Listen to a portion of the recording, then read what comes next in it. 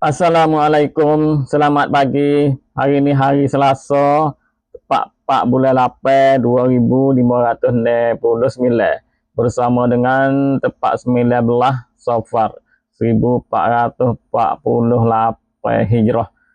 Mai dengar berita Islam ya Allah nah. Hari ini tepat 4 nah.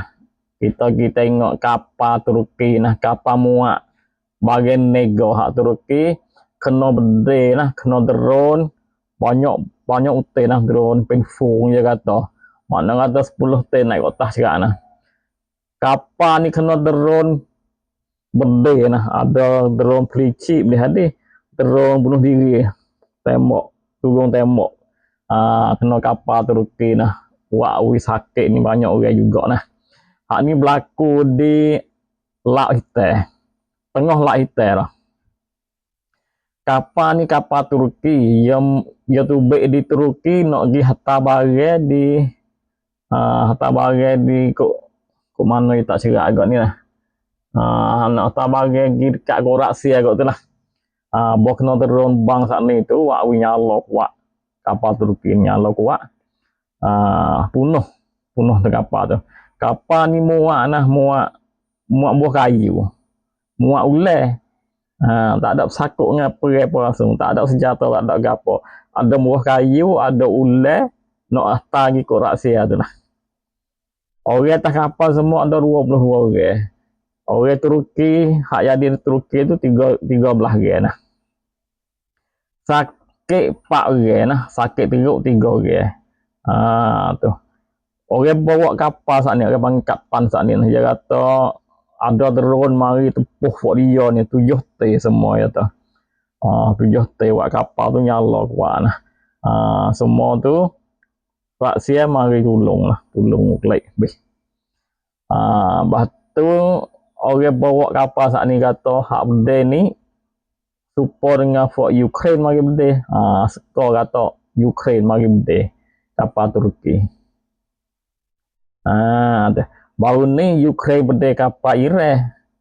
Dengan Iran ni gede pula kapal hak Turki pula Ukraine ni.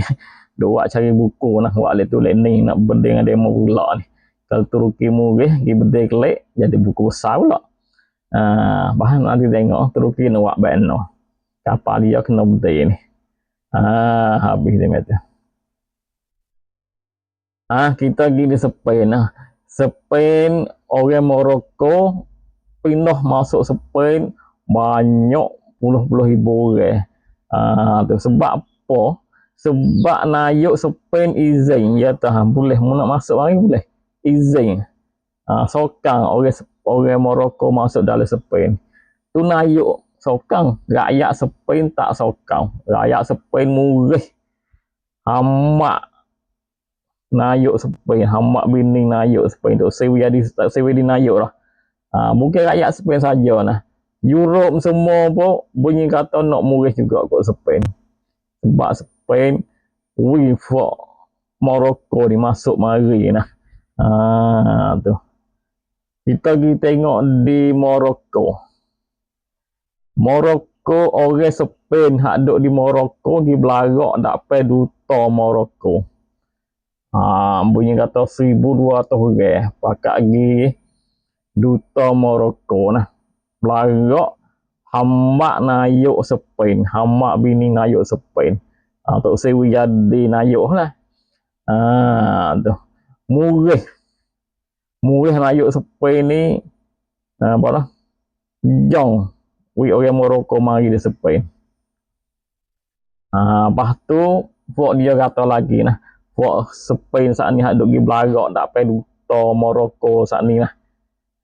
Dia kata gapo? Dia kata Spain ni nagi Kristian nak jadi Islam ke kan?